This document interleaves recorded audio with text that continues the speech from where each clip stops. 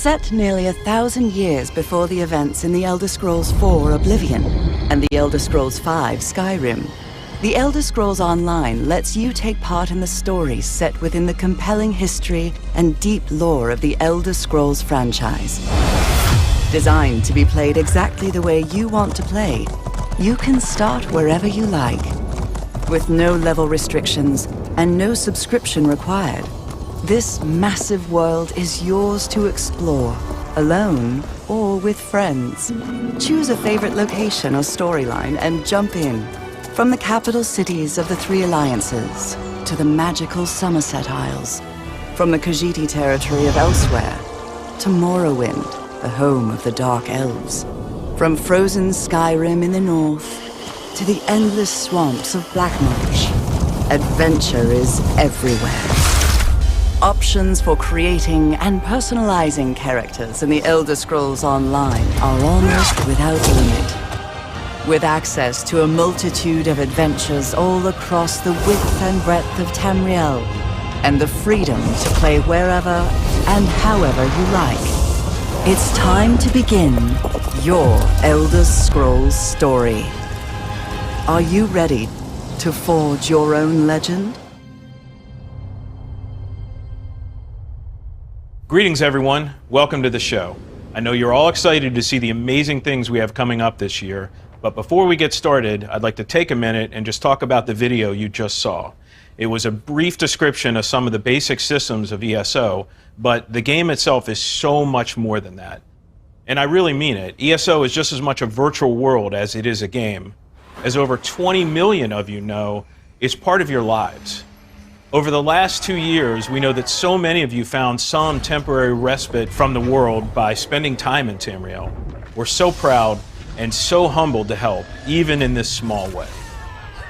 Everyone at ZeniMax Online is continually reminded that we make the game, but you make it awesome. That's why I want to take a minute to welcome you. Those of you who have been with us from the beginning, those of you who have joined us recently, and the many new players who are looking for a new fantasy virtual world to call home. Welcome to you all. Those new to the game will quickly find that ESO's greatest strength is providing so many different ways to live your virtual life in Tamriel. Solo, group co-op, PvP, crafting, decorating your home, chatting with friends, it's all there. We've got a ton of new things to share with you in today's show.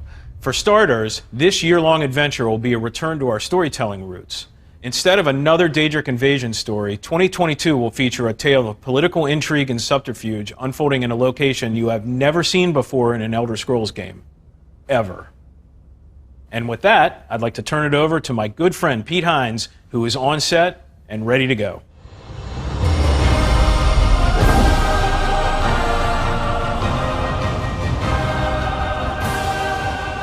Welcome, everyone, to the 2022 Elder Scrolls Online Global Reveal event. Today, you're getting an in-depth look at the next year-long adventure in the Elder Scrolls Online. And as Matt mentioned, the team at ZeniMax Online Studios is excited to share exclusive new details about a part of the Elder Scrolls that's never been explored before. And stick around for a special ESO Live after the show, where we'll go over the upcoming chapter as well as new details surrounding our first DLC in this year's adventure. With me once again is the one and only Rich Lambert. Hey, Rich. Hey, Pete. Welcome. Thank you. I'm really excited to be here, and hello to everybody back home. Congrats on 20 million players. It's a huge accomplishment. For the folks tuning in who may not know a lot about Elder Scrolls Online, give us a sense of what is Elder Scrolls Online. ESO is an Elder Scrolls game first and foremost, and it is a game about your personal journey through the world.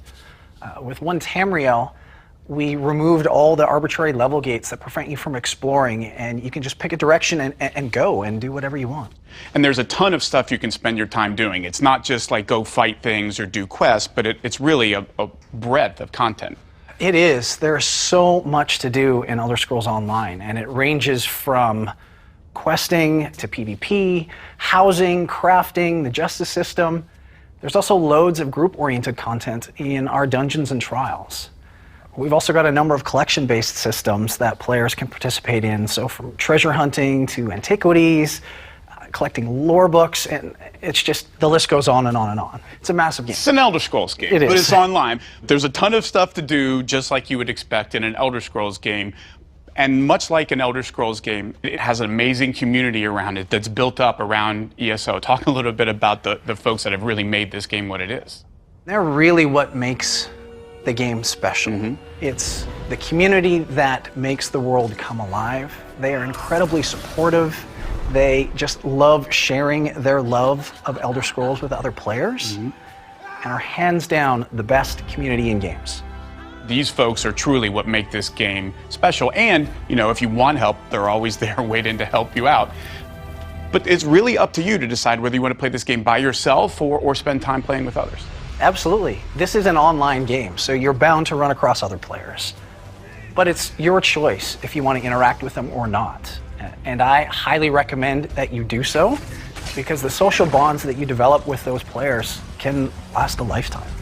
And if you want to play online, but by yourself, but not by yourself, you also have companions, which are NPCs that you can bring along with you. And what does a companion do for you? A companion is your personal adventuring buddy.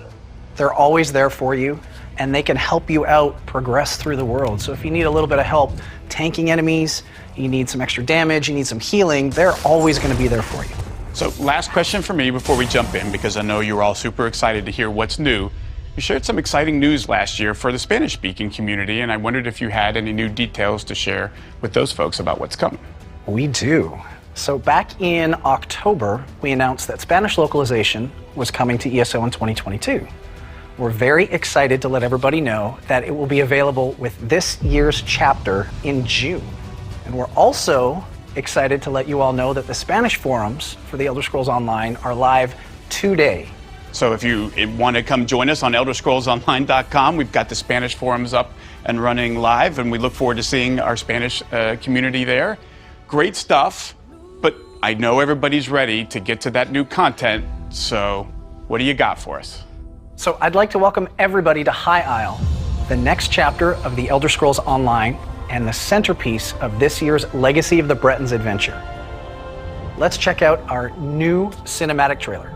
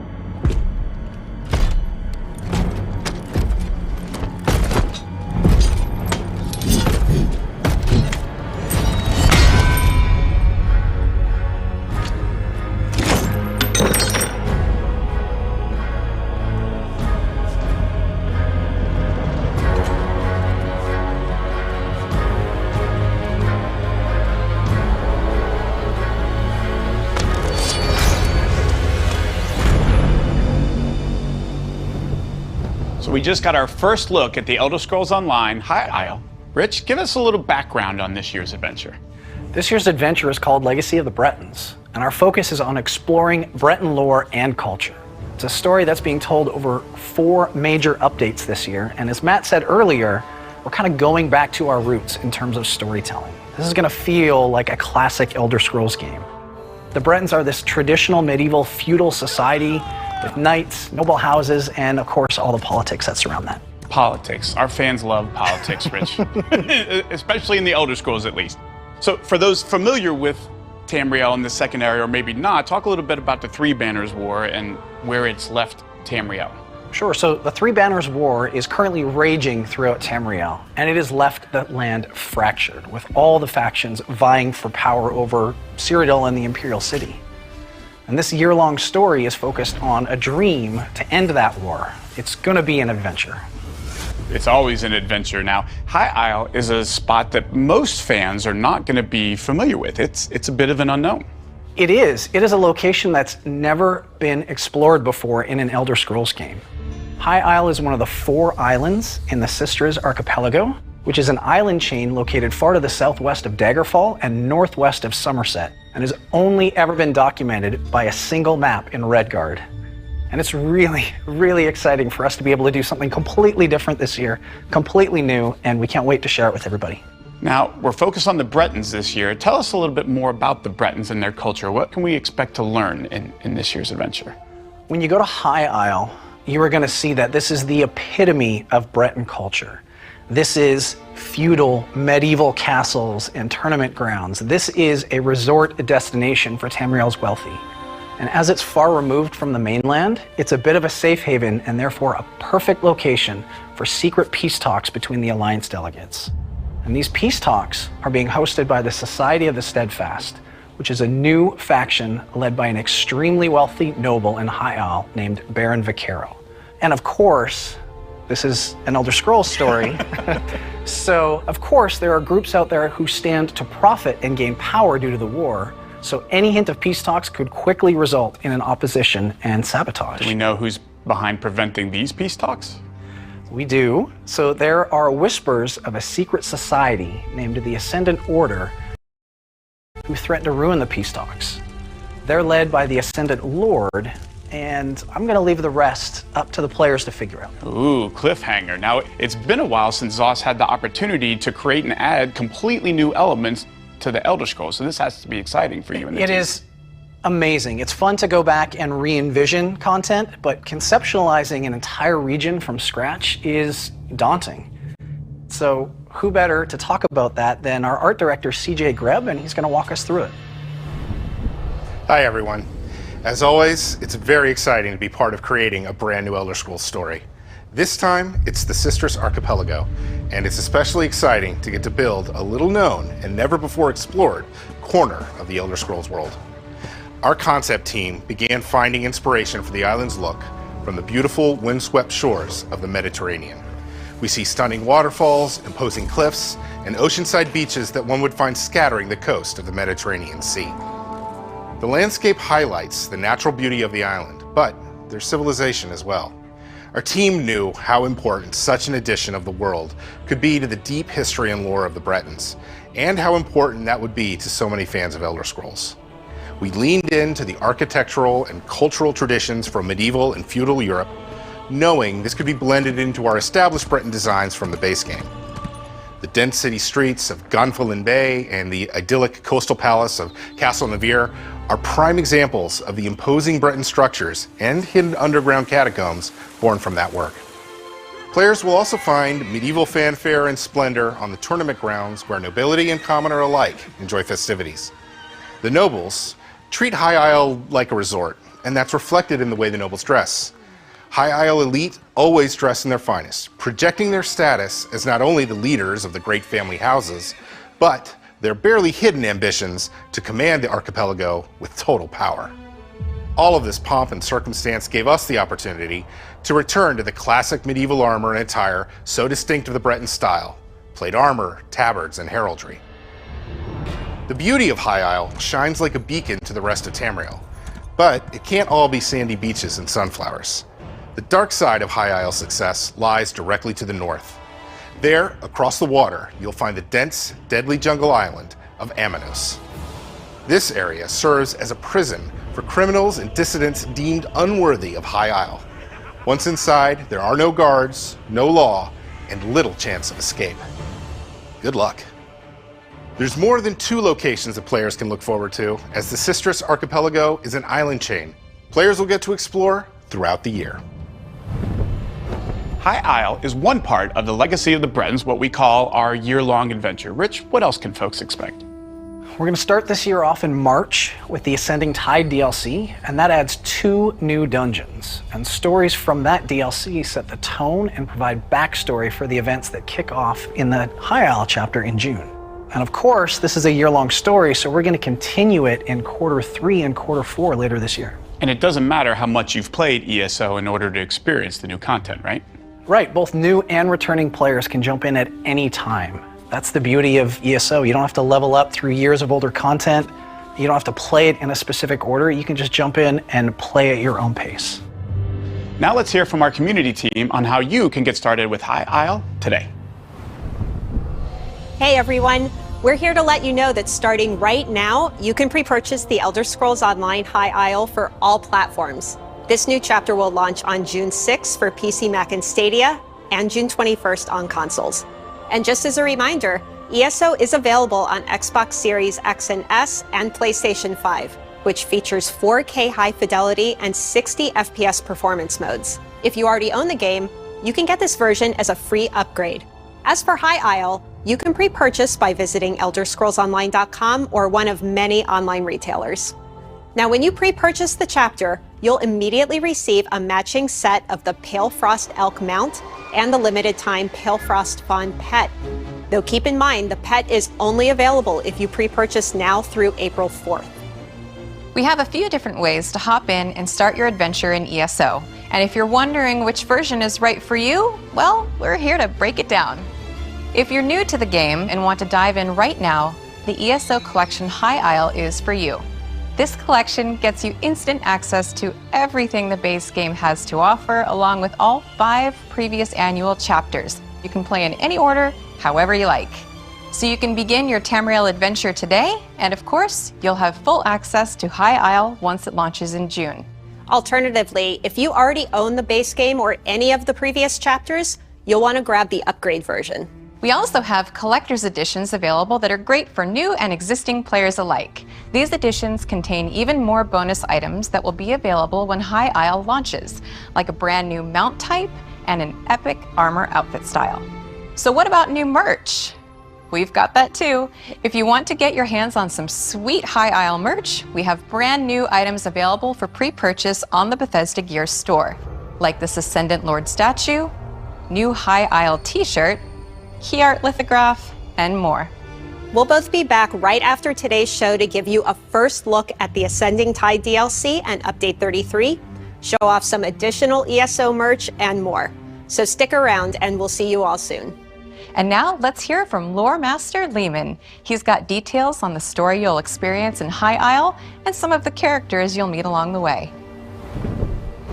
Hey gang, I am so psyched to be part of the team bringing a brand new story and new setting to the world of Elder Scrolls.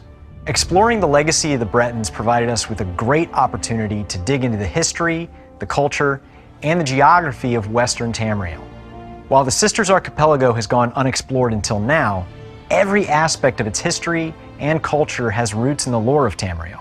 And we have had a blast taking the Bretons out to sea and building High Isle into something familiar, but also profoundly unique. To begin, let's touch on who the Bretons are. They're a fascinating race with a really complex history that hasn't really been touched on in previous Elder Scrolls adventures. The Bretons are a hybrid race, the descendants of both humans and elves, which gives them a unique perspective on Nirn's oldest feud, the conflict between men and Mer. It's a lot more than just knights in shining armor. One of the most distinctive parts of Breton culture is how it's organized. High Isle is an openly feudal society that has a lot in common with the European-style feudalism we see in the mid to late Middle Ages. Peasants and sailors labor at the bottom, while nobles engage in an endless dance of palace intrigues, political marriages, and shifting alliances at the top. In the throne rooms of High Rock and the Sisters' Isles, ruthlessness can be a virtue, so watch your back. It's not all sinister plotting and knives in the dark, though. The high romance of Arthurian legend has a place here, too. Many Breton nobles are stuck navigating court conspiracies, sure, but others, the shining knights of old, set out on grand quests for adventure and glory. And there's plenty of glory to be found in the wilds of High Isle and Amanos. You won't do it alone, though. A few of our favorite ESO characters from High Rock and elsewhere are returning to lend a hand. Jakarn, professional thief and raconteur, and Captain Zaji, the Khajiit captain of the Perfect Pounce, will both help you untangle the plots of the Ascendant Order. The Zealots of the Ascendant Order are the chief antagonists here in the Sisters. These well-armed fanatics want to bring about a new utopia without crowns or thrones, and they're willing to kill as many people as necessary to make that happen. You'll definitely want to keep an eye out for their leaders too, the Ascendant Lord and his chief lieutenant, the Ascendant Magus. These mysterious rulers may have influence that runs deep in the Sisters' Isles. High Isle is packed full of intrigue, adventure, and exciting Breton lore. I can't wait for you to visit the Sisters. You're really going to dig it.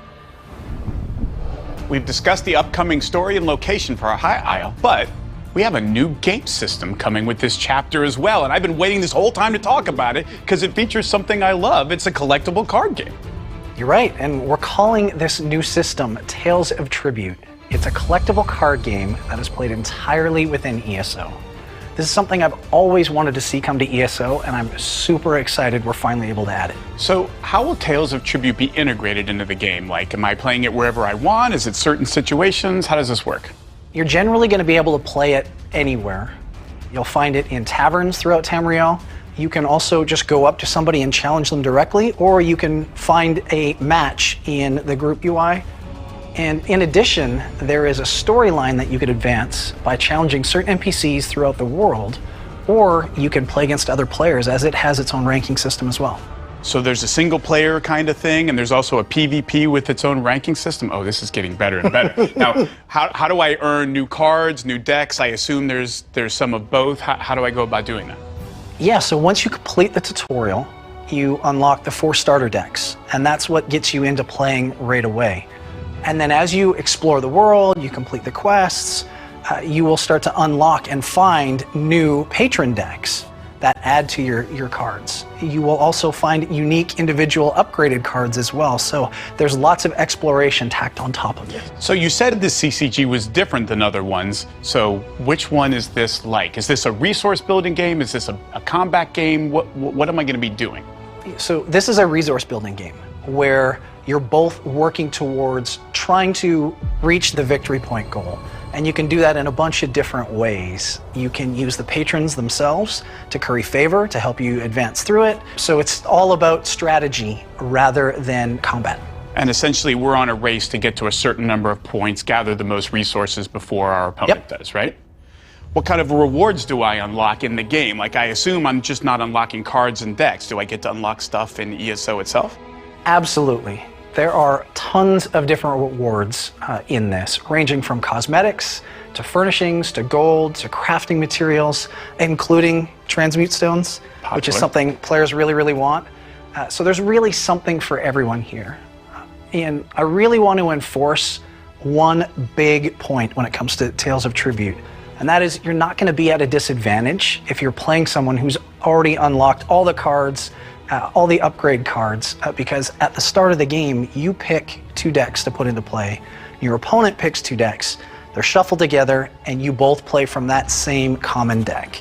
So it's not only balanced so that I can play somebody who's been playing forever unlocked, but I also get maybe a chance to try some cards or decks that I haven't unlocked yet. Absolutely, yep. Super cool. So excited about this, and I'm sure we got a lot more to share on this. We do. We just scratched the surface. This is a really big system.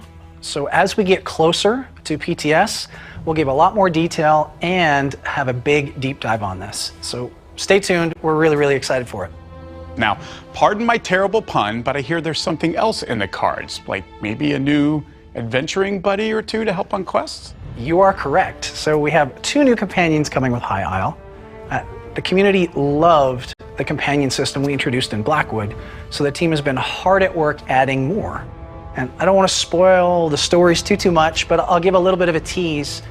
to the two new ones. So one is named Ember, and she is a Khajiit, and the other is a Breton named Isabel. Ember grew up on the streets, so she's a little bit morally flexible, if you will. She's clever, she's a bit wild, she has a knack for magic, whereas Isabel, on the other hand, is an aspiring knight who leans towards the honorable ideal. She's not preachy, lecturing, or stiff, though. She just really wants to do right by players. It sounds amazing. Can't wait to have a new adventuring buddy as we explore the next chapter. Now, before you go, is there anything else? Yeah, there's tons more info to share with you all. I just want to thank the community. We wouldn't be able to do this without them. And I also want to take a moment to recognize the team back home. You know, everybody at home working on ESO. They're amazingly talented and passionate at what they do, and they get asked to solve impossible problems on a regular basis. It is such a treat to be able to work with this passionate group of people and get to represent them. So from both Matt and I, thank you so much, everybody, for all you do. You're amazing. Today we've discussed High Isle's interesting locations, characters, and lore. We touched on an upcoming card game system, 2 new companions, and digital rewards players can unlock when they pre-purchase the game. We also announced that ESO will be available with Spanish language support in June. Before we go, I'd like to share a few reminders. ESO High Isle is available to pre-purchase now on all platforms. New players who pre-purchase the ESO Collection High Isle will get instant access to the base game and all previous chapters, so you can start your adventures right away. And stick with us for our post-show hosted by Jess and Gina, who will talk more about the things we've discussed here, as well as the first DLC and the legacy of the Bretons adventure. Thank you for joining us. We'll see you in Tamriel.